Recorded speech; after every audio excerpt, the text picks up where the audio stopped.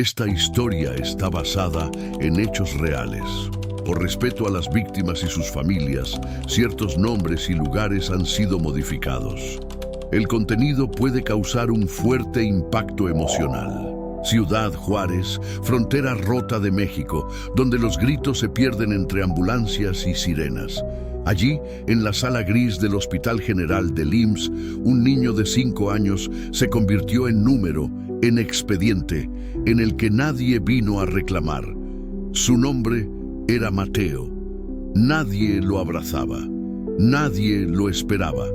Lo encontraron deshidratado en una banqueta, con la cara sucia y los ojos secos, como si ya hubiera llorado todo. No hablaba, no preguntaba. Solo apretaba los puños cuando alguien se acercaba demasiado. Tenía la mirada de los que ya entendieron que el mundo no es justo. Los médicos hicieron lo que pudieron. Diagnóstico, abandono, desnutrición, trauma profundo. Pero fue una enfermera, Carmen, quien vio más allá del expediente. Una noche, mientras el turno avanzaba lento, ella comenzó a tejer, punto por punto, hilo tras hilo, una cobija, no por abrigo, sino por algo más simple y urgente, porque nadie en todo ese hospital le había dado algo que oliera a amor. Mateo no lloraba, y eso inquietaba más que cualquier grito. Dormía con los ojos entreabiertos, como si su cuerpo no confiara lo suficiente en el mundo como para entregarse del todo al descanso. Cuando Carmen lo vio por primera vez, apenas era un bultito encogido en una camilla vieja, cubierto con una sábana que olía a desinfectante y soledad. Ella tenía 47 años, madre de 3, divorciada, cansada, y sin embargo algo en ese niño la tocó en un lugar que ya creía cerrado.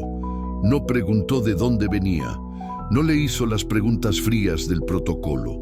Solo se quedó observando cómo él, incluso dormido, apretaba los dedos como si sostuviera algo que ya había perdido.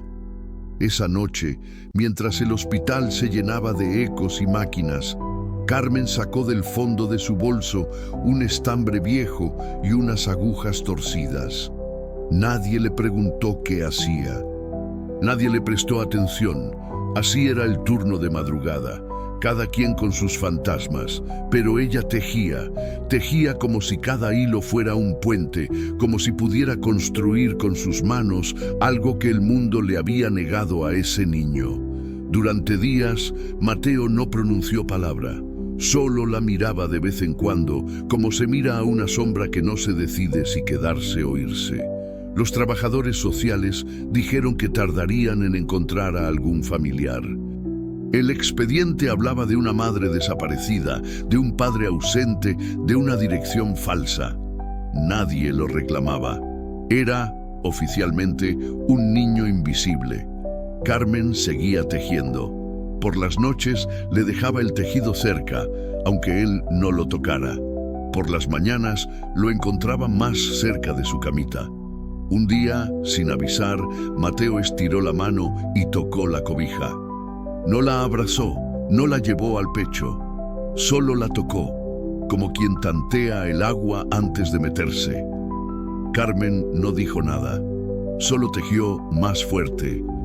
El resto del hospital seguía su ritmo habitual, urgencias, partos, muertes anónimas, pero ahí, en ese rincón del tercer piso, algo estaba ocurriendo. Un pequeño temblor, una grieta en la coraza del abandono. Una noche, mientras afuera la ciudad rugía con balas y sirenas, Mateo murmuró algo. No fue una palabra entera, apenas un sonido. Carmen se acercó despacio, sin mover la cobija. Mateo susurró, «No me duele», y cerró los ojos. Fue la primera vez que durmió sin tensar los puños. Carmen no lloró, solo se quedó sentada a su lado, con las agujas inmóviles en la falda. Entendió que el dolor de Mateo no era físico, era más profundo. Era el dolor de no haber sido querido, de no haber tenido nunca un lugar en donde caer rendido.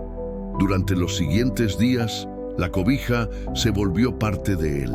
No la soltaba, No hablaba, pero ahora la apretaba contra el pecho como un escudo. Nadie entendía cómo un objeto tan simple podía generar tanta calma. Pero Carmen lo sabía. No era la cobija. Era el tiempo, la intención, el acto silencioso de alguien que sin decir nada le estaba diciendo todo. Un viernes en la tarde, trabajadores del DIF llegaron con papeles. Iban a trasladar a Mateo a un albergue. Carmen firmó los documentos como testigo. No era familia, no tenía derecho a opinar, pero cuando lo vio subir a la camioneta con la cobija entre los brazos, sintió que algo en ella también se iba. Mateo no volteó, no se despidió. Pero justo antes de que cerraran la puerta, alzó la mano con la cobija envuelta, como si ofreciera un pedacito de ese abrazo que nunca tuvo. Carmen no volvió a saber de él. No hubo cartas, no hubo llamadas. Solo quedó el eco de esas noches en que el tejido era la única forma de decir «estoy aquí». Y en su bolso, siempre desde entonces, llevaba un nuevo ovillo de estambre, porque entendió que a veces un hilo puede más que 1000 palabras. El albergue del DIF quedaba al sur de Ciudad Juárez, en una zona polvorienta donde los árboles parecían haberse rendido y los perros callejeros marcaban los límites del silencio. Las paredes eran de cemento sin pintar y olían a desinfectante barato y humedad contenida. Mateo llegó con la cobija entre los brazos, como si fuera un pedazo de piel que no estaba dispuesto a soltar. Los demás niños lo miraron con desconfianza, como se mira a alguien que carga algo que no se le ha permitido tener. En ese lugar, la ternura era una debilidad. Había que endurecerse para sobrevivir a las reglas no escritas. El que llora, pierde. El que se apega, sufre. Mateo no hablaba. Se sentaba en un rincón del patio enrollado en su cobija, observando cómo los otros jugaban a empujarse o se peleaban por el pan duro del desayuno. Nadie se le acercaba, no por miedo, por indiferencia. Era uno más, otro niño sin historia visible. Pero cada noche, antes de dormir, Mateo desplegaba la cobija sobre la cama como si fuera un ritual sagrado. La alisaba con cuidado, la doblaba por las esquinas y luego se metía debajo como si fuera un refugio secreto. A veces se quedaba despierto, acariciando los hilos, murmurando palabras que solo él entendía. Pasaron semanas. El personal del albergue, saturado y mal pagado, apenas si recordaba su nombre. Lo llamaban el del tejido. Nadie se detenía a preguntarle por qué aún no hablaba, ni por qué tenía esa mirada de adulto cansado, atrapado en un cuerpo pequeño. Una tarde, durante una pelea entre dos adolescentes, uno de ellos empujó la litera de Mateo y tiró la cobija al suelo. Mateo se congeló, no gritó, no golpeó, solo bajó, recogió el tejido con manos temblorosas y caminó hasta la pequeña bodega donde se guardaban las cosas olvidadas. Allí, en la oscuridad, se sentó en el suelo y comenzó a llorar. Por primera vez en meses, las lágrimas bajaron como ríos retenidos demasiado tiempo. Lloró sin sonido, sin pausa, como si con cada lágrima soltara un fragmento de algo que nunca supo cómo nombrar. Esa noche no durmió. Se quedó abrazado a la cobija, como si temiera que el mundo se la volviera a quitar. A la mañana siguiente, la trabajadora social lo encontró allí, dormido entre cajas de cartón y pedazos de juguetes rotos. No dijo nada, solo lo dejó estar. Algo en su rostro le impidió pedirle que volviera al dormitorio.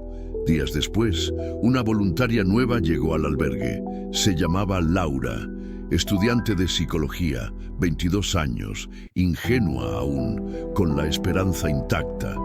Cuando conoció a Mateo, le llamó la atención esa forma silenciosa de resistir, ese modo en que se aferraba a algo tan simple como una cobija. Le pidió permiso para sentarse con él. Mateo no respondió, pero no se movió. Laura empezó a ir cada tarde, llevando libros ilustrados, hojas blancas, crayones. No le pedía que hablara, solo que dibujara. Al principio, Mateo trazaba líneas sin forma, manchas de color que parecían mapas de un lugar que solo él conocía.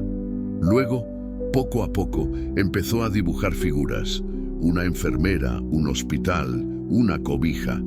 Laura no preguntaba, solo lo acompañaba.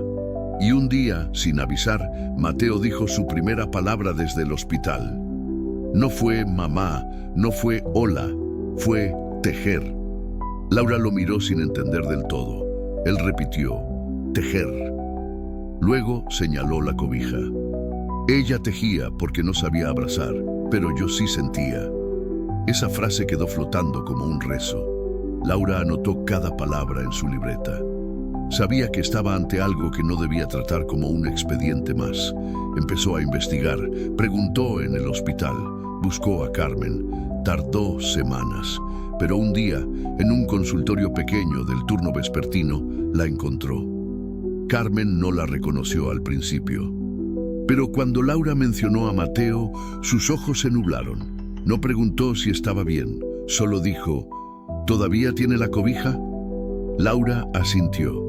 Y entonces Carmen sacó de su bolso un nuevo ovillo, rojo esta vez. Por si quiere aprender a tejer él mismo, dijo. Laura volvió al albergue esa tarde. Le entregó el ovillo a Mateo. Él lo sostuvo entre las manos como si fuera fuego. Luego, muy despacio, como si el tiempo no existiera, empezó a hacer nudos torpes con los dedos. No sabía tejer, pero algo dentro de él recordaba el ritmo, la cadencia, el lenguaje mudo de los hilos. Esa noche, por primera vez, Mateo se durmió sin la cobija. La dejó doblada a un lado de la cama, como si ya no la necesitara para sobrevivir, solo para recordar. Mateo empezó a tejer. Al principio eran solo nudos, hilos mal torcidos, intentos tímidos de repetir con sus dedos lo que alguna vez había sentido en la piel. Laura le había conseguido una aguja gruesa de plástico y más estambre de colores. No le dio instrucciones, solo le dijo, haz lo que quieras. Y Mateo, desde ese rincón en el albergue donde aún dormía con un ojo abierto, se aferró a esa libertad como quien encuentra una llave olvidada. Pasaban los días y los otros niños, al principio burlones, dejaron de reírse. Algo en la manera en que Mateo tejía los intimidaba. No era un juego, era un lenguaje, un código silencioso donde cada punto era una memoria. Tejía sin mirar, con la vista clavada en algún lugar más allá del muro, como si cada hilo fuera el rescate de algo que aún no había podido decir. En una semana ya tenía una tira larga de estambre rojo. En 2, logró formar algo que parecía una bufanda. Se la dio a Laura sin decir palabra. Ella la aceptó con las manos temblorosas. ¿Por qué roja?, preguntó. Mateo respondió, porque ella lloraba por dentro. Nunca especificó quién era ella, pero Laura entendió. Carmen estaba presente en cada nudo, en cada silencio compartido. A finales de ese mes, llegó una psicóloga nueva al albergue. Quería hacer un taller de expresión emocional con los niños. Propuso dramatizaciones, juegos de roles, teatro de sombras. Mateo no participó. Se quedaba sentado en el fondo, observando. Hasta que un día, en lugar de rechazar la actividad, le entregó a la psicóloga un pequeño cuadrado tejido. Ella está aquí, dijo. Era la primera frase completa que decía en público. Todos lo miraron, pero nadie se rió, porque lo dijo con una calma que dolía. La psicóloga, impactada, le pidió que explicara. Mateo no lo hizo, solo se levantó y salió al patio. Desde ese momento, el taller se transformó. Ya no se trataba de juegos, sino de objetos con historia. Los niños empezaron a crear cosas con sus manos, dibujos, collages, pulseras de hilo. Mateo seguía tejiendo, en silencio, como si estuviera ensamblando su pasado. Un día, mientras buscaba estambre en la bodega del albergue, encontró un retazo viejo, de un color azul desgastado. Lo sostuvo un momento, lo olió y se quedó inmóvil. Laura lo encontró así, con los ojos clavados en la tela. ¿Todo bien?, preguntó. Mateo murmuró. Este color estaba en sus uñas. No necesitó decir más. Era un pedazo de recuerdo, un destello mínimo que había permanecido intacto en algún rincón de su mente. A partir de ese momento, empezó a incluir azul en sus tejidos. Una mezcla de rojo y azul que se volvía morado, como los moretones que llevaba en el cuerpo cuando llegó al hospital, pero también como el cielo al atardecer, cuando todo duele, pero también anuncia descanso. El director del albergue empezó a notar los cambios. Mateo ya no era el niño invisible. Otros chicos se acercaban a él para pedirle que les enseñara a tejer. No lo hacía con todos. Elegía. Miraba los ojos, el tono de la voz, el silencio detrás de las palabras. Solo enseñaba a quienes, como él, sabían lo que era no tener a quien abrazar. Una tarde, una de las cuidadoras encontró una caja debajo de su cama. Dentro había pequeñas piezas tejidas, estrellas, corazones, figuras indefinidas, todas con etiquetas escritas a mano. En una decía, para cuando te duela, en otra, por si te olvidas quién eres. No eran regalos, eran curaciones. Mateo no decía a quién se las daba, pero al día siguiente siempre había un niño que dormía con una de esas piezas bajo la almohada. Laura le propuso organizar una pequeña exposición dentro del albergue. Quería mostrar los tejidos de Mateo, que los otros niños contaran lo que sentían al recibirlos. Pero él se negó. No quiero que los vean, quiero que los sientan. Entonces pensaron en algo distinto. Una noche de silencio, sin luces fuertes, sin música. Solo una habitación con cobijas, tejidos y frases escritas en cartón. La llamaron el cuarto de los hilos. Esa noche casi todos los niños entraron. Se sentaron, leyeron. Algunos lloraron, otros se quedaron dormidos en el piso. Y en medio de todos, Mateo tejía, sin decir palabra, con los ojos firmes, como quien ya no tiene miedo de ser visto. El invierno en Ciudad Juárez no perdona. El frío se cuela por las rendijas de las ventanas rotas, se cuelga de los huesos y se instala en las camas metálicas del albergue como un huésped silencioso. Los niños dormían encogidos, cubiertos con mantas delgadas que no alcanzaban para nada. Mateo, que ya había aprendido a leer los silencios del cuerpo, empezó a tejer más rápido. Se escondía en la bodega con una lámpara vieja y durante horas formaba pequeños cuadros de estambre que luego unía entre sí. No decía para qué era. Pero Laura entendió. Estaba haciendo cobijas, no para él, para los otros. A finales de noviembre entregó la primera. Se la dejó a Emiliano, un niño que apenas hablaba, con cicatrices viejas en los brazos y un miedo clavado en la espalda. No dijo nada, solo puso la cobija doblada a los pies de su cama. Emiliano la tomó con manos temblorosas y por primera vez durmió sin moverse. Al día siguiente, Mateo dejó otra, luego otra. En 3 semanas, 6 niños dormían bajo tejidos de colores desparejos, imperfectos, pero cargados de algo que nadie sabía nombrar. La directora del albergue quiso tomar fotos, compartirlo en redes. Laura se opuso. Esto no es caridad, es reparación. Mateo no tejía para que lo aplaudieran. Tejía como quien escribe cartas que nunca serán enviadas. Un sábado por la noche, Laura encontró a Mateo llorando en la bodega. Tenía en las manos un estambre roto y los ojos más tristes que nunca. Se acabó el hilo rojo, dijo. Laura prometió conseguir más, pero Mateo negó con la cabeza. Ese era el de ella.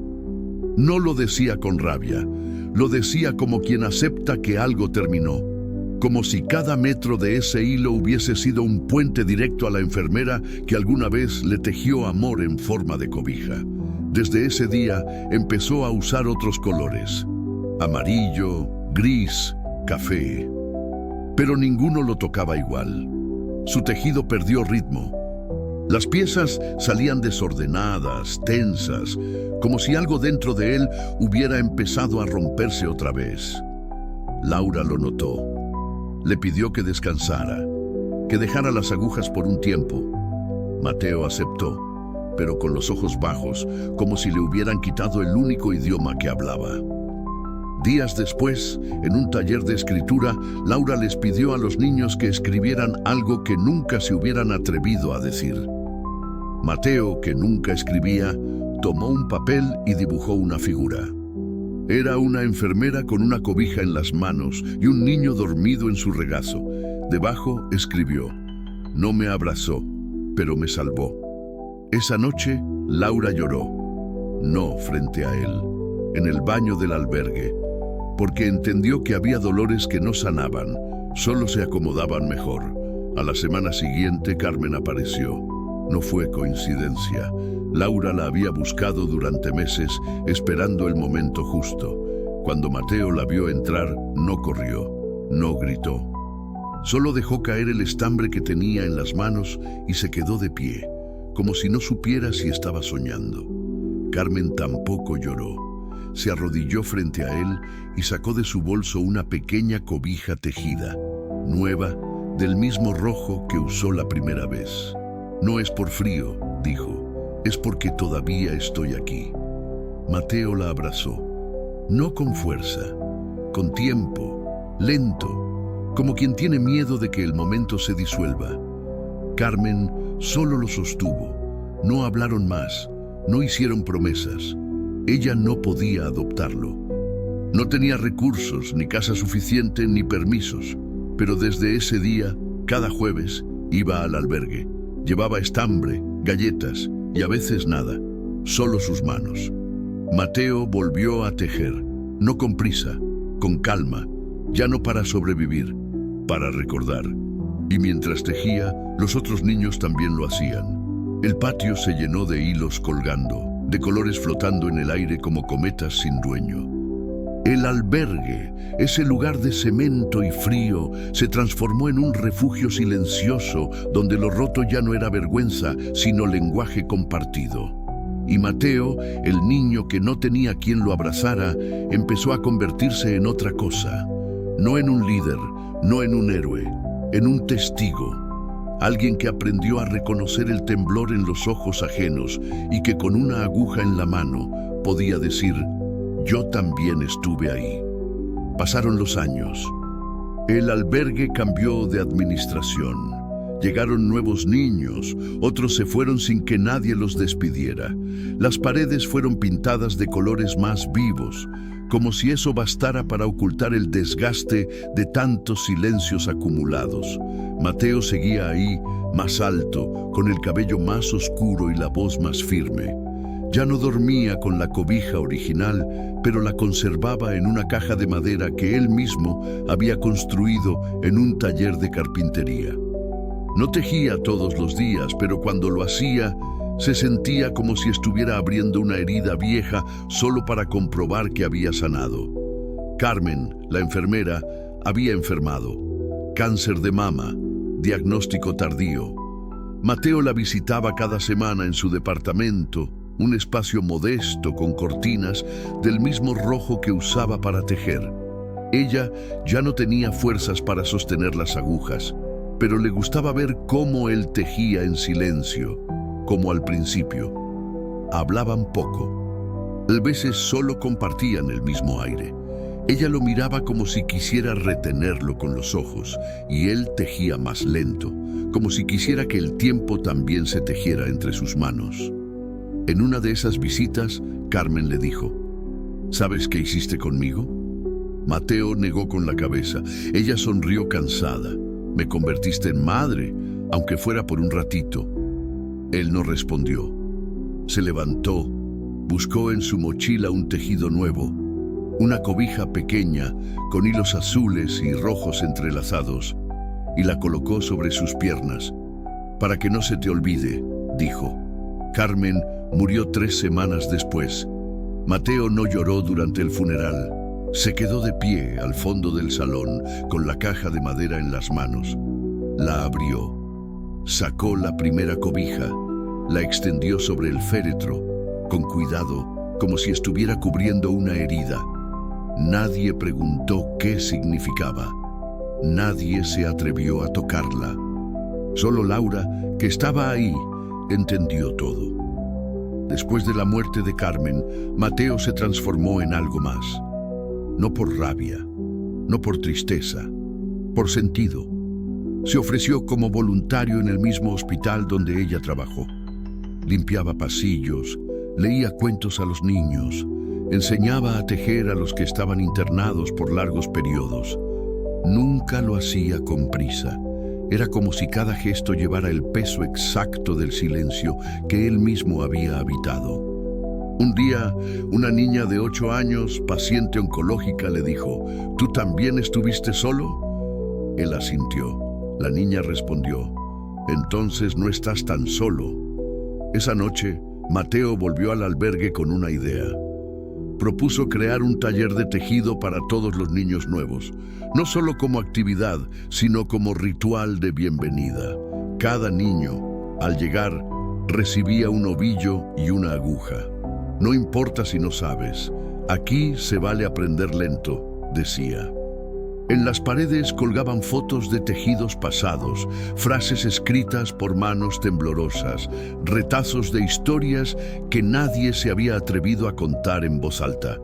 En uno de los muros, una placa sencilla decía: «Porque a veces el hilo más delgado es el que no se rompe». Mateo tenía ahora 17 años. Seguía viviendo en el albergue, pero ya estaba por cumplir su mayoría de edad.